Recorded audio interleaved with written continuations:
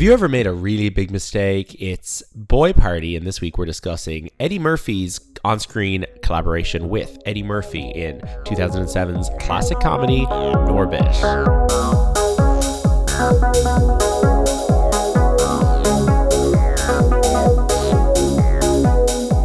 Welcome to Boy Party, the podcast that tackles cinema's most legendary team-ups. My name is Lucien, and I'm joined this week, as always, by Shane. Good afternoon. And we'll be discussing a absolute classic of modern American comedy cinema. Two powerhouses. Two absolute powerhouses. Two of the most important, not only comedy stars, but black comedy stars of the last 30 or 40 years. And that would be Eddie Murphy and Eddie Murphy, who star in 2007's Norbit. Is this their first time working together? Yes. Yeah. Their first and only time working together. I think that it was probably not enough of a success that they would have wanted to keep up this collaboration. It had its problems. Eddie Murphy has a very different screen kind of vibe to Eddie Murphy. Like one of these actors is obviously an Oscar nominee, a very well regarded sort of master of dramatic as well as comedic work. Yeah. But then Eddie Murphy, on the other hand, is very much like very silly, very, very goofy, very childish, immature kind of. I was very surprised by the casting in this. I thought the roles nearly should have been swapped. Really? Yeah, I think Eddie doing Rasputia and Eddie doing Norbit was kind of a mistake. I don't know. I don't know if Eddie has that like feminine energy that Rasputia needs. Like, would Eddie be as convincing as a woman? Like, I don't know. Hard to know. See, whereas Eddie looks so good with the hair and the glasses, like I don't know why you would swap them around. Yeah, he does have that kind of pathetic nature to him that maybe wouldn't come through in a female character. Keep in mind now, Eddie Murphy is also in the film playing Mr. Wong. Oh, Eddie Murphy. Eddie Murphy, yeah. Well, Eddie Murphy is in the film. Eddie Murphy, the famous Chinese actor, Eddie Murphy. The funniest thing about our Eddie Murphy gag about multiple Eddie Murphys is that there is another famous Eddie Murphy, the Operation Transformation judge turned Shannon candidate, Dr. Eddie Murphy, the Irish. Oh, really? The Irish psychologist. Is that their name? You know, the guy with the glasses on. Yeah. I've tuned out of Operation Transformation since moving out of my home house. But he's been on it for 50 years. Because a very weird thing happened where once R.I.P. Eddie Murphy was trending on Twitter. Yes. Because people were making jokes, I think, about Eddie Murphy dying. Yeah.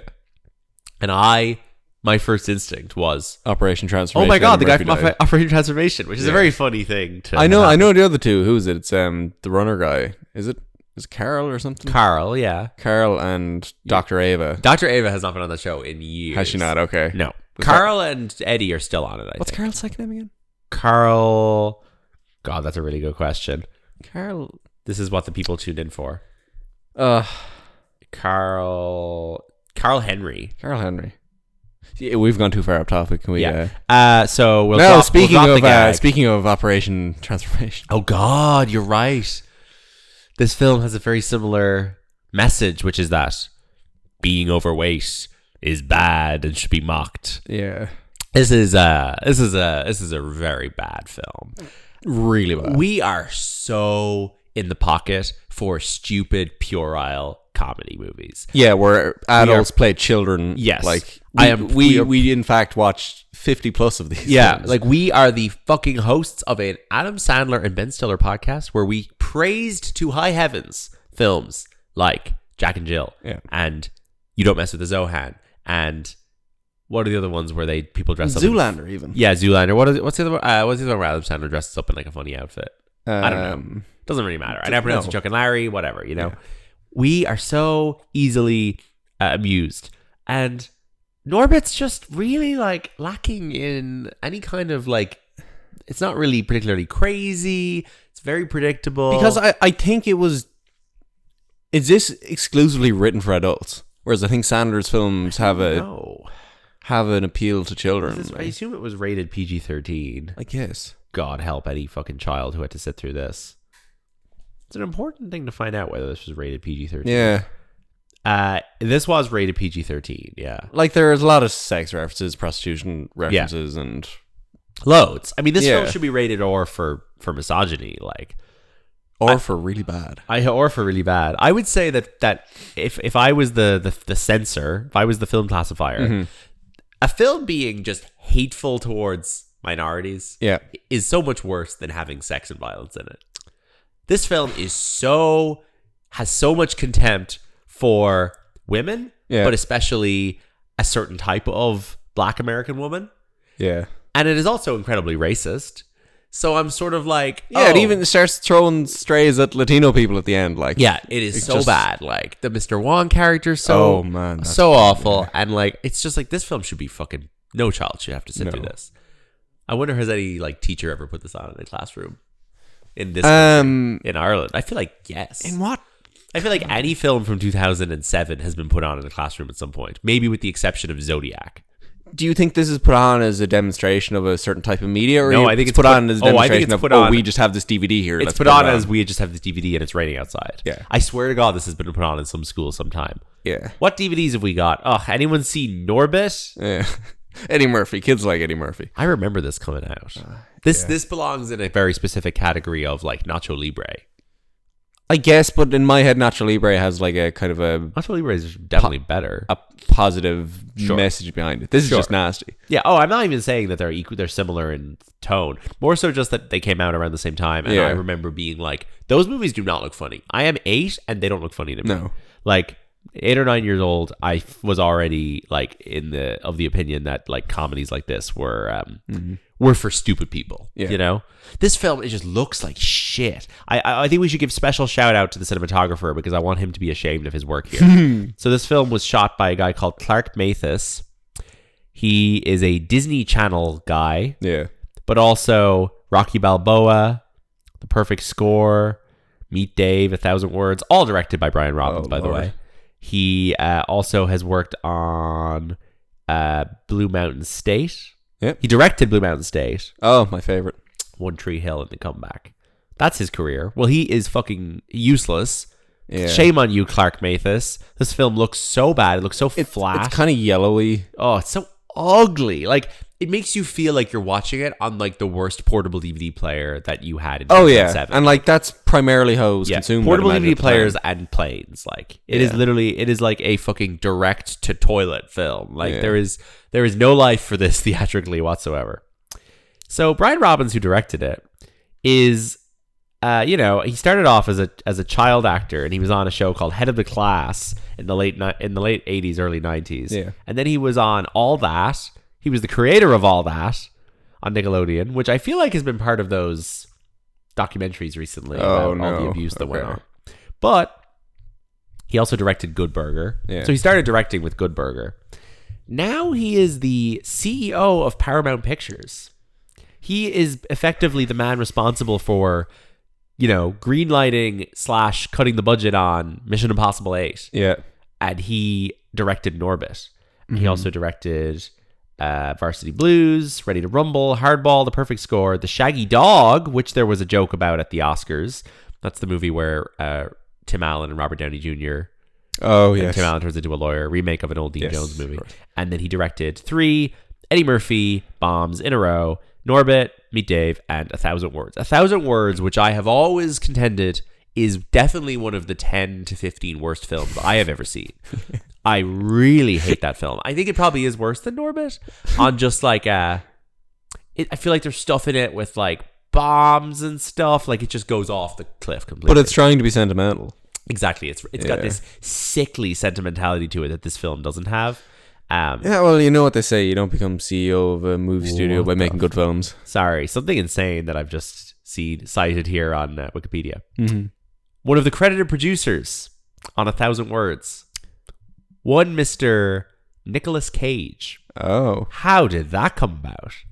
Somebody owned a book at some point. Somebody owned a French film at some point. Like, that's not very normal. Nicolas Cage probably had dark periods in his career when he was making. Yeah, but that's just weird, though. Yeah. Brian Robbins, I'll give him this. He has a story credit on Big Fat Liar. Okay. Which is that's a 5-star film. Yeah. It's a fantastic film. So he's not without any value. But Norbit, released in 2007, stars Eddie Murphy as a man called Norbit. and he's being bullied as a child. So he befriends by two Irish kids. So he befriends a large girl called Rasputia Lattimore, who protects him essentially. That's her whole thing. She's a large child. We skip forward many years. They are married.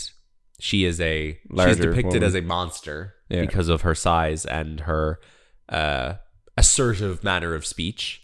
Yeah. Eddie Murphy playing Rasputia as an adult, and Norbit, of course, and Mr. Wong. Eddie Murphy obviously taking out his personal grievances against large black women and Chinese men. A lot of hate in this film. Just a film with deep hatred in its heart. Like, Eddie Murphy seems like a kind of hateful like guy. An asshole. I don't like him. And I thought I did until, I don't know, 6 months ago. And now I'm like, his bad stuff vastly outweighs his good stuff, in my opinion. His attempt at a comeback in the last 5 or 6 years has produced only rubbish. Shit like You Coming People to America, You People, Christmas on Candy fucking Lane or whatever. Yeah. The new Beverly Hills Cop 4 that has Joseph Gordon-Levitt in it, which is really weird. Like everything is in, he just seems to kind of have contempt for anyone he works with, like or the topic of the film. Like, he seems like a lazy, rude man. Now, he got very close in 2007 to winning the Academy Award for Best Supporting Actor for his terrible performance in Dreamgirls. Okay. A terrible film. Yeah. Directed by a very nice man who has sent me nice emails, Bill Compton. But he's really bad in it, and he won an Oscar for it because they drummed up this. It was still a time in the world where people were on a high from Robin Williams in Good Will Hunting. Yeah. And people were like, oh man, if a comedy actor is good in a drama, Oscar calls. Mm-hmm. And unfortunately, Eddie Murphy burned that bridge so hard that people like Adam Sandler and Jim Carrey were never able to benefit from it, which is sad. Eddie Murphy, anyway, in Dreamgirls, almost won the Oscar. And then Norbit gets released right in the middle of Oscar voting. Yeah. February 2007, Eddie Murphy, everyone's watching the trailers leading up to it, and Eddie Murphy doesn't win the Oscar. Do you think? He loses to, let me remember, it would have been, so we're talking the year before. So, films of 06? No Country. So it would have been, this is the year The Departed wins Best Picture. This is a fun game. I really don't know. I guess Jimon Hounsou would have been nominated for Blood Diamond. Eddie Murphy. I'm going to have to look this up, I'm afraid. Are you going to be quicker doing it? I guess so. Yeah, I'll keep going. I don't know. I think you can tell a lot about these kind of comedy guys and where their careers go based on how you'd imagine they behave around children. Yeah. And I think Eddie Murphy would just like push a child to the ground if he was in his way. He has 10 children, by the way. Yeah. He loses the Oscar to Alan Arkin for Little Miss Sunshine. Who could be mad about that? No. But yes. Right. He just seems, so anyway, but whatever. Some people blame Norbit for him losing the Oscar, and then other people blame it on the fact that everyone in Hollywood who had to vote at the Oscars, all the assistants, all the producers, all of the makeup people, they all had bad experiences with Eddie Murphy because he wasn't a very nice man. And the same thing happened again with Sylvester Stallone years later. And he's just not funny enough to get away with being an asshole. Like, yeah, it's very funny though to blame your Oscar loss on Norbit. It's really funny. It's a good bit. It was nominated for an Oscar though for Best Makeup. I'm not so sure about that one. Oh no! I think you should be ineligible for Best Makeup if your makeup is used for racist purposes. Are we going to? This came out after Tropic Thunder. Tropic Thunder came out a year after. A year before Tropic Thunder. Yeah, I think if you okay, well, are we just getting into the Maestro discussion here now? No, it's not the Maestro discussion. That's completely different. I think making Eddie Murphy into a Chinese man to mock how Chinese people talk should disqualify you from an Oscar nomination for Best Makeup. Do you think this I'm really surprised that just got to the point, like... Yeah. That shouldn't have to be said. No, exactly. Nobody should seriously have been considering that as... Do you think this is the worst film to ever be nominated for an Oscar in any category? Feature film. Like, we obviously haven't seen them all. You'll know more than I do. It could be in the bottom 10. It'd be in the bottom 5, I'd say. Suicide Squad was nominated for some Oscars. The first or the second? The first one. Really? For makeup and such, yes. But visual effects and makeup. That could be down. That was just a disjointed set, and this is more of a disgrace. Like, this is intentionally the way it is. Yeah, this is an evil film. Yeah, Eddie Murphy's brother wrote and produced it with him, so they must have come up with this one when they were small children. The only person involved in this film that I want to say nice things about is the composer, David Newman. Yeah. A multi-talented man who I am currently employing the services of at work. Yeah. And he is lovely. And he's a great composer. And he tried his best here. To be honest, I doubt he even read the script. Mm-hmm. They probably said, Eddie Murphy comedy. He's got a funny wife. Yeah. Do a score. And he went, okay. And he pulled out his violins and there he went. Yeah. We haven't mentioned that Thandie Newton is in this film as the woman that he wants to as the smaller woman. And then Terry Crews plays multiple roles, characters. and Cuba Gooding Jr. plays kind of the villain. I guess he's the villain. He's Thandie Newton's fiance. Yeah. Eddie Griffin and Cat Williams play two funny guys. Marlon Wayans is in it. Kristen Schaal and a few other people. And it was a DreamWorks film, so it kind of was. Shrek was responsible for this getting made. Because Jeffrey Katzenberg developed a relationship with Eddie Murphy. On Shrek, this film was nominated for 1 Oscar, and it was nominated for 8 Razzie Awards. We don't talk about the Razzies on this podcast. Eddie Murphy was nominated for... he was nominated for a BET Award shared between this and Dreamgirls. And Eddie Murphy was nominated for this for a Kids' Choice Award. All right. The kids did like it, so. The kids did like it. Kids loved it. That's depressing. That's unfortunate. I remember this. That was a year when I was like really engaged. You would have watched like Awards. I probably would as well. That probably would have been mine. And I remember being like, oh, I didn't see that. That was a bit too adult for me to watch. Like Evan Almighty would have probably also been a bit too adult for me to watch. Like the Simpsons movie would have been competing with these. Yeah. All right. Do you have the box office there? Yeah, I'll whip it up. We gotta do the credits game. Yeah. We may as well. Might as well. I wonder which of the stars will be the subject of the credits game. It makes it tricky. It does make it tricky. This is a movie. I'm going to read the credits. This is a movie. From bottom to top. It's a movie, is it? Let's start. Go on. Kate Upton. Pause that for a minute. Okay. Does Eddie Murphy show up in the Three Stooges for some reason? No. Okay. Keep going. Yeah, go on. Robert Downey Sr. Oh, weird. Okay. Zeljko Ivanek, Peter Van Wagner, James Coby, Harry O'Reilly, Juan Carlos Hernandez, Marcia Jean Kurtz, Nina Arianda, Stephen McKinley Henderson. Okay. Oh, I know who this is. Yeah. This is Tower Heist. Tower Heist. Yeah. The rest of the names Kate Upton's in Tower Heist? Yeah, she plays Mr. Hightower's mistress. Oh, she does. Also in this film, Gabourey Sidibe, Judd Hirsch, Michael Pena, Téa Leoni, Matthew Broderick, Alan Alda, Casey Affleck, Eddie Murphy, and Ben Stiller. Great cast. We have done a podcast about that film previously. I think on that episode, we discussed how Eddie Murphy is the worst bit in this. Contributes nothing to that film. Yeah. No, he's so angry. He's got a nasty, angry energy. He's got an angry energy to him, and it leaks out when you've got these nice, sincere men like Matthew Ben Broderick Stiller. and Michael Pena. Sure. Yeah. Like Casey just Affleck. Yeah. Fuck Eddie Murphy. All right. Box office. Yeah. Okay. Here we There aren't really any Eddie Murphy boy parties we wanted to do, so this is kind of a good way to get him over with. Yeah. Like, okay, there's Bowfinger with Steve Martin, but it's not very good. Who's he in Beverly Hills Cop with? Or he's the Beverly... Sorry, I get that mixed up with him. You get to mix up with Lethal Weapon. Yeah. Lethal Weapon, yeah. All right, this opens number 1. Yeah.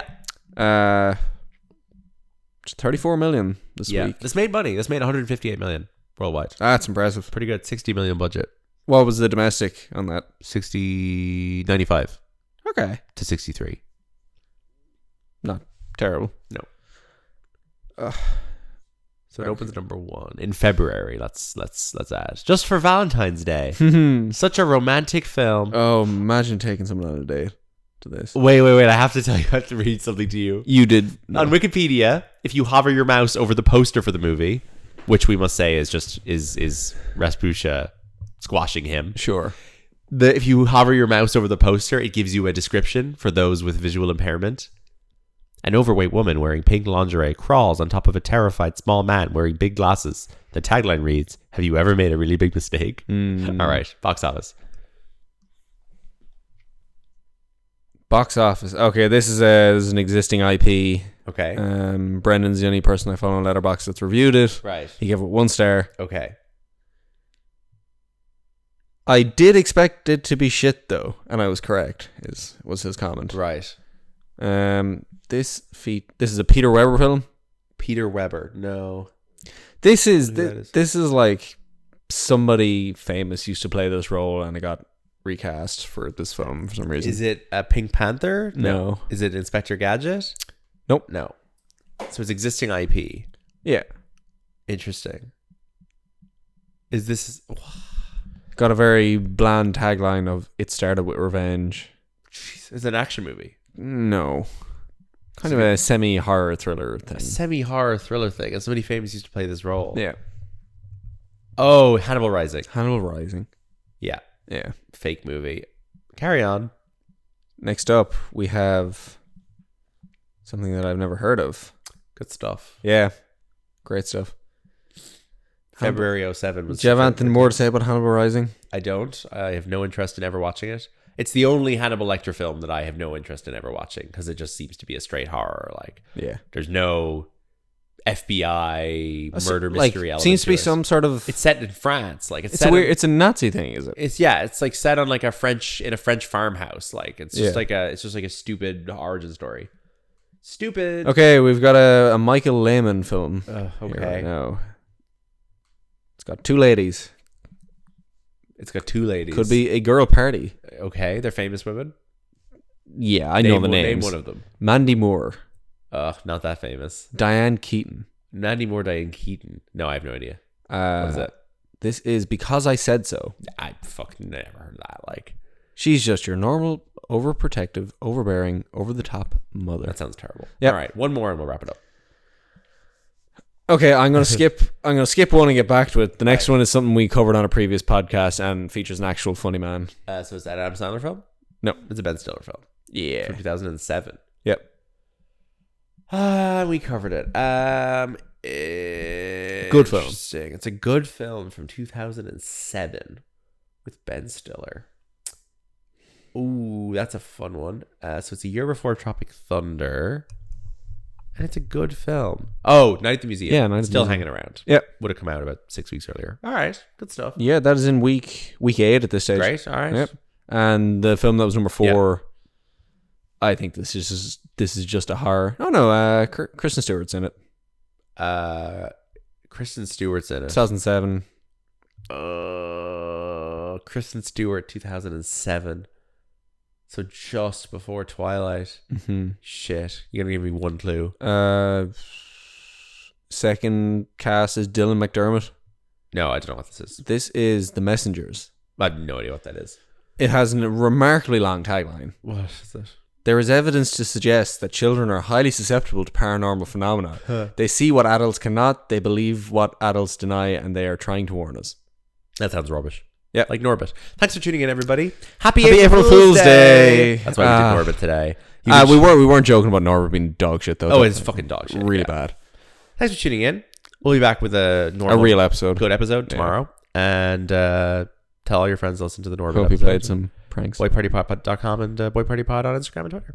Have a great April Fool's Day. And happy birthday, Brendan, whose birthday it is today. Happy birthday, Brendan. The birthday gift you've always wanted. An episode about Norbit. Yeah. Goodbye. Get home safe.